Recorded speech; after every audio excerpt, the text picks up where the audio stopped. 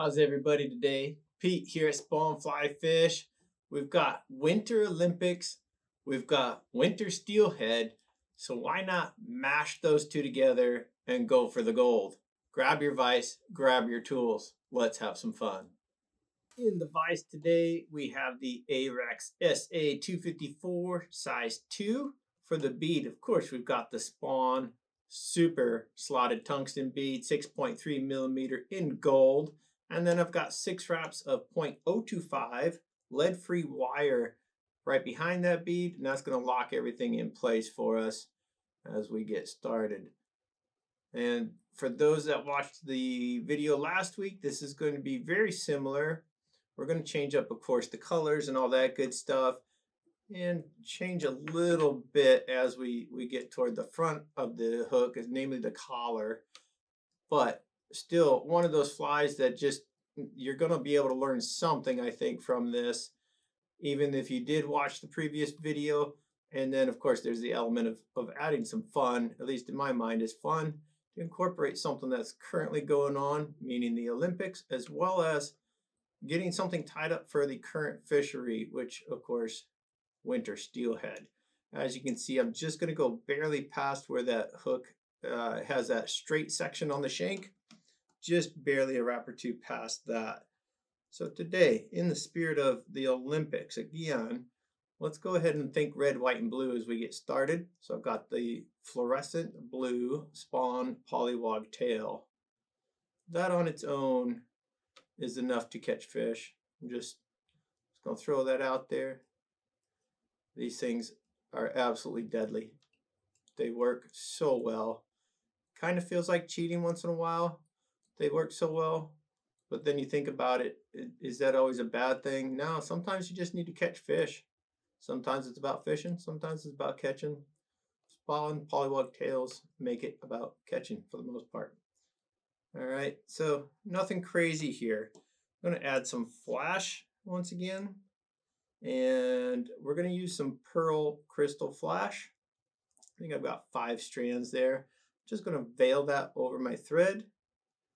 And then when I bring it up to the top of the shank, I can just make a wrap and another one, and nothing will move. So now I can separate and get some on your side. So I'll do that first. And this is, if you're tying at home, by all means, take the time to rotate that vise. Check your work, make sure it's where you want it to be.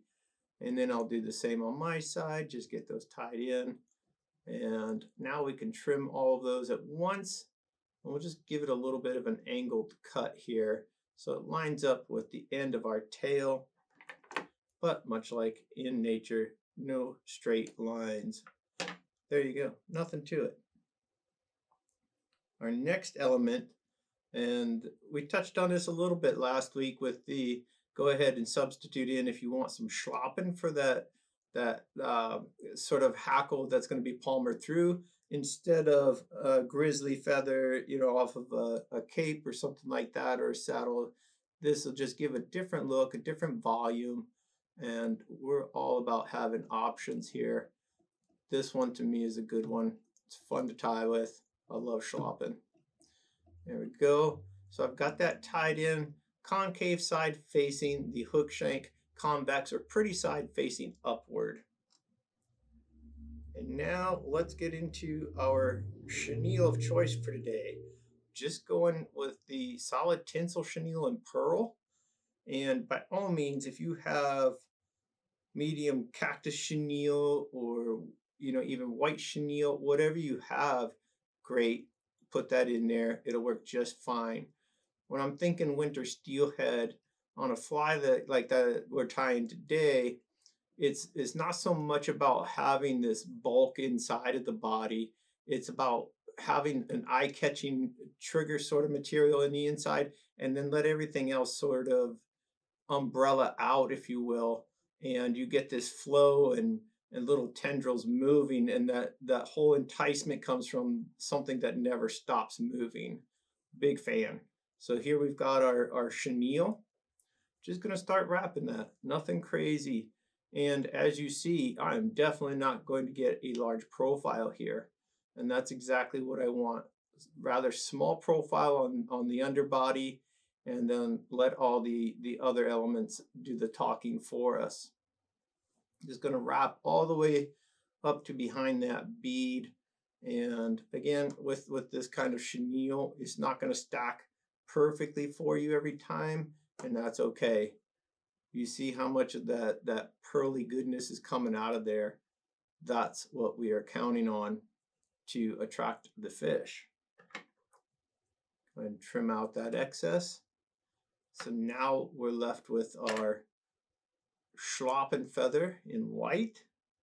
I'm just going to make sure those fibers kind of coax back there, give them a little pinch if you will, and then we can start hackling this forward or palmering forward, and just want nice evenly spaced wraps as we go forward here.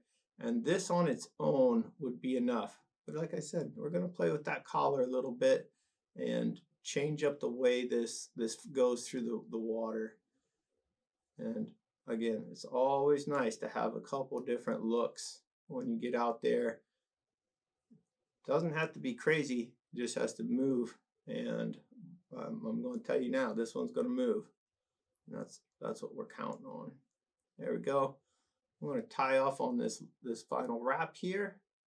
As you can see, I'm not going to like really crowd that last space. I'm going to leave just a touch of room for the collar that we're going to tie in. That'll do.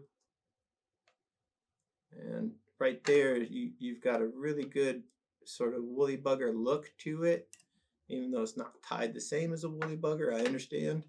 But nothing about this is wanting to sit still. All these little Schlappen fibers coming off are rather springy. And I like springy feathers, especially once again, if you're in a situation where you might be fishing under an indicator, it's tough to always impart movement to that fly that's pinned, if you will, or sitting underneath something that's already floating on the surface.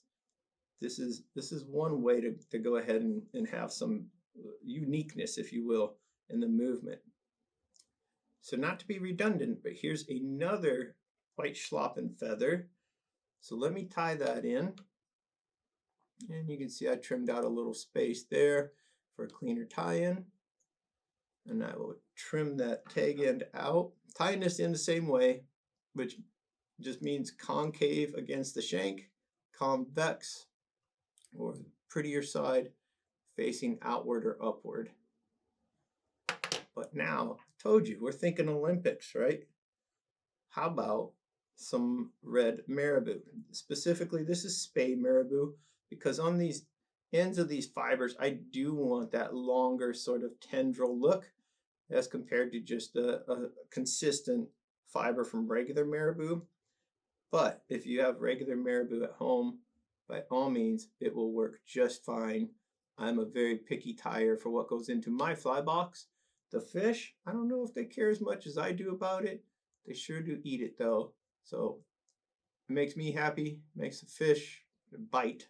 I wouldn't say it makes them happy, but it makes them interested for sure. So why not incorporate both? So why two different feathers specifically in this format? Because I want the springiness of the Schlappen to keep the flowiness of the marabou away from that hook shank, just a touch. So because I've got that Schlappen as an under feather, it'll act like a small prop. It's just going to bounce that marabou even more. So by the time these tendrils get through the water, everything's just going to be moving like crazy. And that's what we want. And one more thing to note, I did remove the leading edge of that marabou because I don't want a big clump of red here in the front of everything. I just want hints of red coming off, and this is going to do it just what I want. Take your time, make sure those quills are playing nicely together. Don't want them to get twisted up. Even if they did though, I'll be honest, it would work. It would catch fish. It might not look as pretty in the fly box, but let's be honest, that's for us. That's not for the fish. And so you can see here now we've got a rather pleasing red, white, and blue, or Olympic sort of style fly. And while not everybody likes tying, seasonal flies or whatever, for those of you that want to tie a seasonal fly that is still effective on the fish, well, winner, winner, turkey feathers for dinner. There we go. So I'm going to try to catch this with 1 or 2 thread wraps, and then I'll flip it back over for you. It'll be much easier to keep track of in the camera, all that good stuff. So give me 2 seconds there. Voila. Really want to catch both those quills very solidly. See that little tug there? It snugs it right in. That's what we're looking for. At this point, it gets a little bit unruly, keeping that marabou where it's supposed to be. But that's the whole point. If it won't sit still here, it won't sit still in the water. And again, I keep harping on this. A fly that moves on its own is a fly that gets eaten. Trim all that good stuff out of there. Woo, baby. That's a cute looking fly right there. A very red, white, and blue. Let's go. There we have it. Now just the little tidy up of getting a nice clean thread neck behind that bead. And that's gonna fish like nobody's business. You want to be picky. I see one little spot there that could be trimmed. There we go. Now it's just whip finish. And of course we're going to do at least one. Again, we do know that this gets eaten. Does it have any use outside of steelhead? You betcha. Bass. No problem. Big trout, no problem. So again, not everybody's into tying a fly for an event or a holiday or whatever. I get it. I'm weird that way. I enjoy tying just because. I like tying for everything. But this one, if you're going to fish something that works and looks like you were trying to match up with the vibe going on at the Olympics, this would be the way to do it. And again, we're not going for second or third. We're going for first, hence the gold bead. So this, I think, is a fun way to fill your fly box. Maybe change up what you do on the vise a little bit and still know that you are putting a deadly fly into your arsenal. So by all means, don't be afraid to think outside the fly box every once in a while and make sure you have some fun. As much as tying your own flies is usually about catching more fish and all that good stuff, it is supposed to be fun. So there you have it. A little red, white, and blue. Again, the perfect mashup of winter steelhead, winter Olympics. And there you have it, folks. Hope you enjoyed. I always have fun tying with you guys. Do me a favor, hit that like button, hit that subscribe button. We will see you all on the water.